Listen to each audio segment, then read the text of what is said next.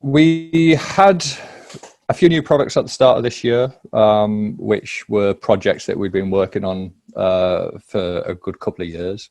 Any new projects that were planned for 2021, obviously they've been hampered by the lockdown and the fact that we had a sizable gap where that R&D work had to stop. So we've had some interesting product launches, and the Maris Horizon Rebreather is probably the biggest project that we've worked on for a number of years, and that was a joint project between the Maris team and the Revo Rebreather team, which are all part of the head group of companies. So the R&D staff from both teams worked together to create the Horizon. It's using some of the similar technologies from the Revo rebreathers, so the dual scrubbers and some of the other technologies on Revo have obviously been incorporated into the Horizon. And then the Maris design staff have been developing the electronics and various other bits and pieces where we have the expertise for that. So that's been a sizable project, and the end result has been quite interesting. So we now have a rebreather on the market, which is the lightest on the market, weighs in at 12 kilograms, I think it was. So for travel, it's absolutely ideal.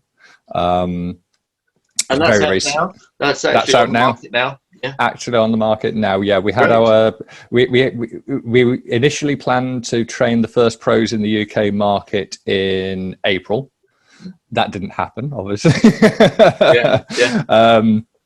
So literally the weekend of when we locked down, our training was planned on the Monday for the week after we've started the lockdown. So everything got cancelled. We then had to reschedule everything for when, because we had no pros available in the UK already on the unit. We had to bring a pro in from abroad, so we had to wait until travel restrictions were lifted in various different European countries to facilitate it. But yeah, that's now taken place. So we trained the first UK pros last month, and have supplied the first units into the UK market. And those dive centres that are now have trained pros will be able to sell to an end consumer the Horizon and the relevant training needed to dive the product. So yeah, we're very excited that that's actually happened now, and we're just getting into sort of what we call stage 2 of the process, where we're training more centres so we can create a bigger geographical spread of centres that can actually offer that training.